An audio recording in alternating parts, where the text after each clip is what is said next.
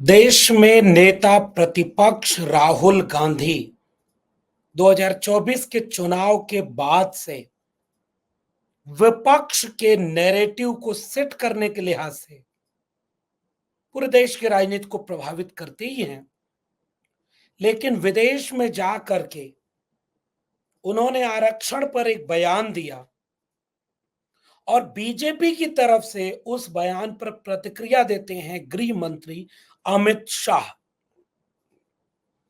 आरक्षण पर जब भी बहस होगी, भारतीय जनता पार्टी का आरक्षण विरोधी चरित्र सामने आ जाएगा और यह इस देश की राजनीति के लिए बड़ा दिलचस्प है कि बहस का केंद्रीय मुद्दा जाति जनगणना, आरक्षण और संविधान बना हुआ है और पूरे विपक्ष की भूमिका इसमें सबसे महत्वपूर्ण है।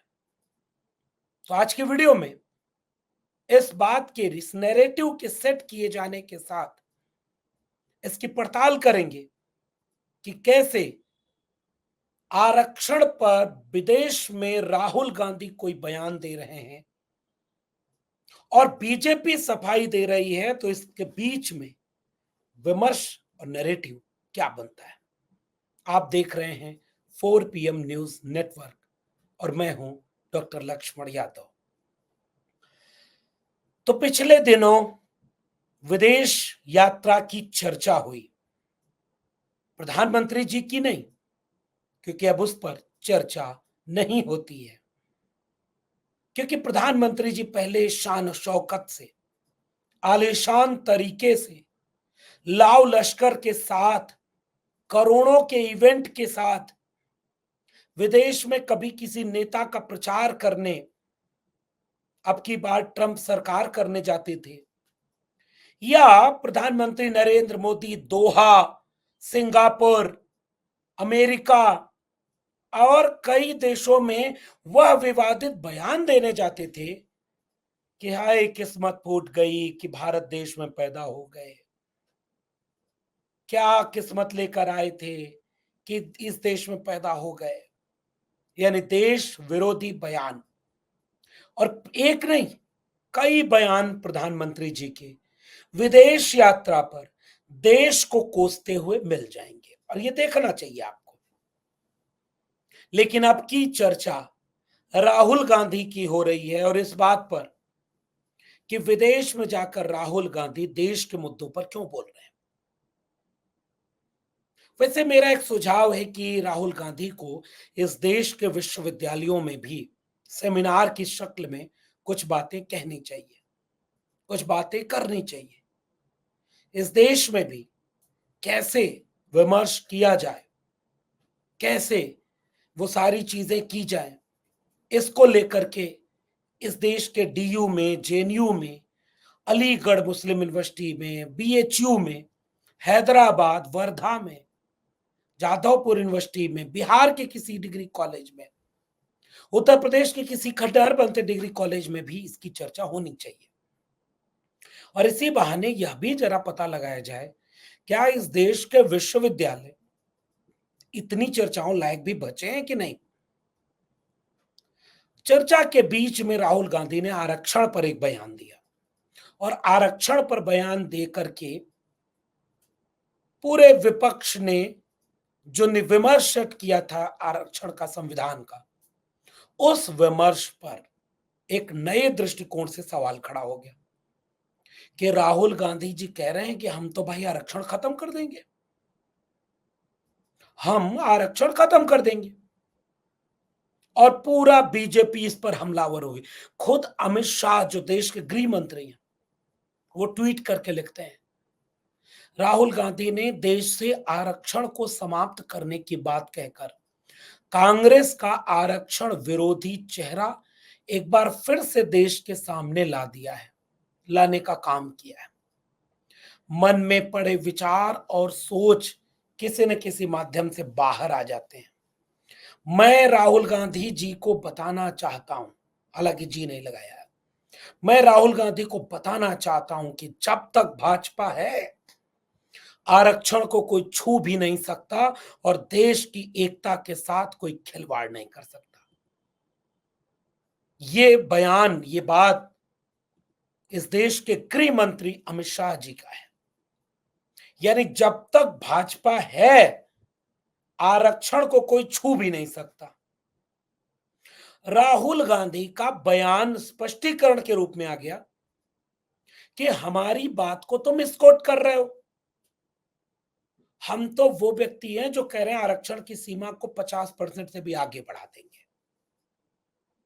हालांकि आरक्षण पर बोलते समय राहुल गांधी को भी अतिरिक्त सजगता बरतनी चाहिए, क्योंकि ये देश ऐसा बन चुका है कि राहुल गांधी एक भाषण में बोलते हैं कि नरेंद्र मोदी चुनावी रैली में भाषण देते हुए कहते हैं कि मित्रों, मैं एक ऐसी मशीन लाऊंगा जिसमें पीछे से आलू डालो, आगे से सोना निकालो। और बीजेपी आईटी सेल ने शुरू का बयान काट दिया जिसमें वो नरेंद्र मोदी का नाम ले रहे हैं और छोटी सी क्लिप बनाई कि मैं एक ऐसी मशीन ले आऊंगा, पीछे से आलू डालो, आगे से सोना निकलेगा। और इस बात को राहुल गांधी की बात कह करके साबित कर दिया। तो आज की तारीख में इतना सजग रहना चाहिए कि एक बयान देते हुए भी यह पूरी तरह से अलर्ट रहे कि इसका क्या होगा। और इसी बयान को काट करके उन्होंने कहा कि राहुल गांधी तो आरक्षण खत्म करने की बात कर रहे हैं। फिर राहुल गांधी ने स्पष्टीकरण देते हुए कहा कि मुझे मिसकोट किया जा रहा है, हम कोई आरक्षण खत्म नहीं करेंगे, हम तो आरक्षण की सीमा को 50% से बढ़ाना चाहते हैं। अब बीजेपी के अमित शाह जी क्या कहेंगे? क्या बीजेपी भी 52%, 50% से ज्यादा बढ़ाएगी आरक्षण को? क्या बीजेपी जाति जनगणना कराएगी? क्या बीजेपी देश को बताएगी कि ओबीसी की आबादी इस देश में कितनी है? क्या बीजेपी में ओबीसी प्रधानमंत्री जाति जनगणना कराकर तुरंत आंकड़े सार्वजनिक करेंगे कि अगर ईडब्ल्यूएस आरक्षण लागू होने के बाद अब इस देश में लागू आरक्षण की सीमा, और जो कि घोषित हो चुका है कि ईडब्ल्यूएस आरक्षण एक सवर्ण आरक्षण है जो किसी भी एससी, एसटी, ओबीसी को नहीं मिलता। ऐसे में क्या ईडब्ल्यूएस आरक्षण अगर जाति के आधार पर केवल सवर्णों को मिलता है तो आरक्षण की सीमा तो 60% हो गई। तो क्या मंडल कमीशन की रिपोर्ट जब कहती है कि आरक्षण की सीमा को 52% को 52% देना चाहिए, चूंकि पहले की एक सीमा सुप्रीम कोर्ट की 93 की इंदिरा साहनी मामले में ये बात कहता है सुप्रीम कोर्ट, उसके पहले की रिपोर्ट, कि चूंकि एक अपर लिमिट 50% की है, वरना ओबीसी को तो 52% आबादी को आरक्षण मिलना चाहिए।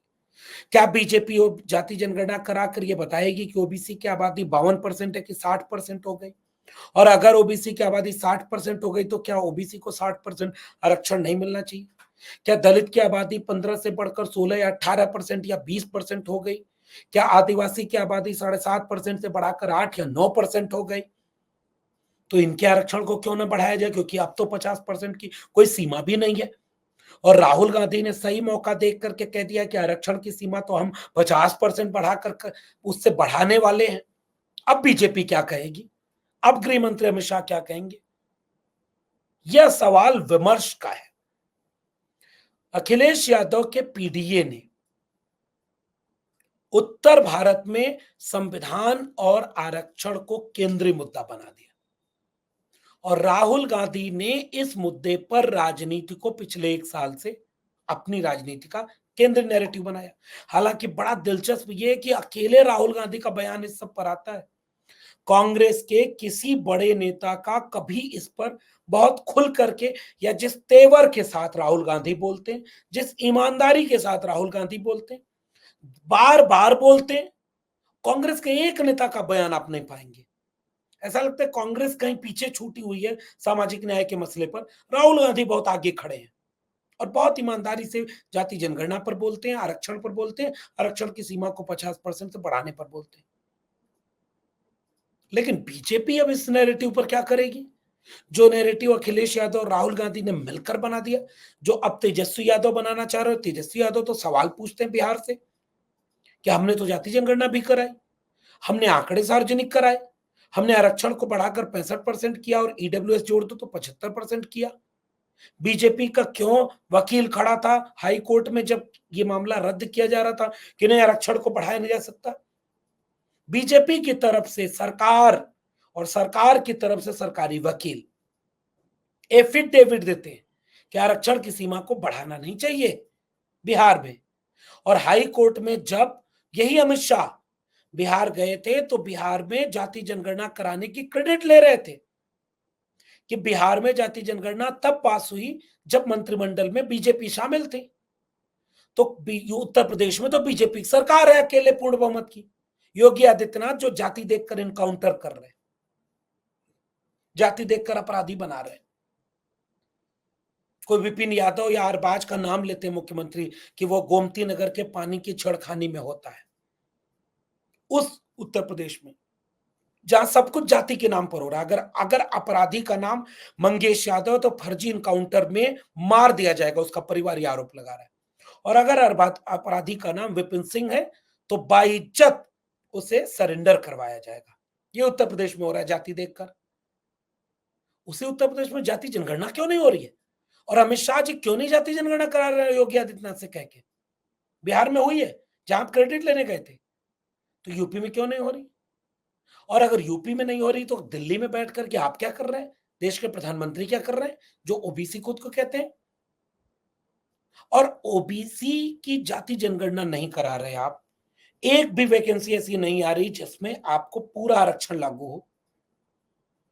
आरक्षण को खत्म करने के लिए पूरे देश को निजी हाथों में बेचने का काम कर रहा है बीजेपी कर रही है, जिसके ट्वीट अमित शाह कर रहे हैं भारतीय जनता पार्टी के रहते कोई माई का लाल, जैसे मोदी जी ने कहा था मेरे जीते जी कोई माई का लाल आरक्षण खत्म नहीं कर सकता, क्योंकि वो बयान दिया था मोहन भागवत ने, आरएसएस प्रमुख ने, आरक्षण की समीक्षा होनी चाहिए। हर दिन कोई न कोई बयान आरएसएस और बीजेपी की तरफ से आता है कि वो आरक्षण को कैसे खत्म कर रहे हैं। तो जरा गृह मंत्री जी बताएं कि आप किसके लिए कह रहे हैं कि आरक्षण को बीजेपी के रहते कोई खत्म नहीं कर सकता? भारतीय जनता पार्टी ने सरकारी शिक्षा और सरकारी रोजगार इन दोनों को प्राइवेट हाथों में बेच करके बाबा साहब अंबेडकर के संविधान के मुताबिक, मंडल आंदोलन के मुताबिक मिलने वाले आरक्षण को पहले ही नेस्तनाबूद कर दिया है। कहिए तो गिनवाऊं सिलसिलेवार। लेटरल एंट्री ला करके कौन भर्ती कर रहा था? सरकार आपकी।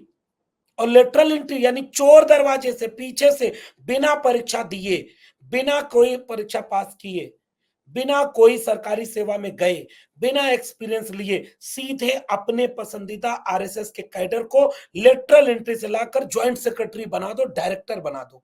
ये कौन सरकारी नीति लाया? बीजेपी, जिसमें कोई आरक्षण नहीं। अगर इस देश का बहुजन समाज जागरूक न होता और लेटरल एंट्री पर इतनी बात न करता तो क्या लेटरल एंट्री का ये वाला विज्ञापन वापस लेती बीजेपी सरकार? पिछली बार क्यों नहीं विज्ञापन वापस लिया? आज तक क्यों नहीं लेटरल एंट्री पर एक भी रिजर्वेशन लागू किया बीजेपी ने? और अगर लेटरल एंट्री में एससी एसटी ओबीसी का आरक्षण लागू भी कर दोगे तो ये चोर दरवाजे से एंट्री लाकर आरएसएस का एससी एसटी ओबीसी भर दोगे, तो आरक्षण तो खत्म होगा, संविधान की मूल भावना तो खत्म होगी। गृह मंत्री जी इसका जवाब कौन देगा? गृह मंत्री जी इसका जवाब कौन देगा कि हाई कोर्ट में कितने एससी एसटी ओबीसी जज हैं जहां आरक्षण लागू नहीं है, कोलेजियम सिस्टम है? कहां है वो माई का लाल जो आपके रहते, भाजपा के रहते आरक्षण खत्म नहीं करेगा? हाई कोर्ट में कितने जज हैं SC ST OBC? Supreme court में कितने जज हैं एससी एसटी ओबीसी? देश के विश्वविद्यालयों में कितने कुलपति हैं एससी एसटी ओबीसी? बीजेपी ने कितने राज्यपाल और एससी एसटी ओबीसी कुलपति बनाए, ज्वाइंट सेक्रेटरी बनाए? प्रधानमंत्री कार्यालय में, गृह मंत्री कार्यालय में कितने हैं एससी एसटी ओबीसी? आरक्षण कौन खत्म कर रहा है? आप कहते हैं कि एनसीपीसी को संवैधानिक दर्जा दे दिया, राष्ट्रीय पिछड़ा वर्ग आयोग को। उत्तर प्रदेश में 69,000 शिक्षक भर्ती घोटाला हुआ। आपकी सरकार मान नहीं रही थी कि घोटाला हुआ, और वही एनसीबीसी यानी राष्ट्रीय पिछड़ा वर्ग आयोग कह रहा था कि हाँ घोटाला हुआ है। रद्द हुई वैकेंसी न्याय दे पाए? सरकार क्या कर रही है? लाठी मार रही है 69,000 के लिए उन विद्यार्थियों पर।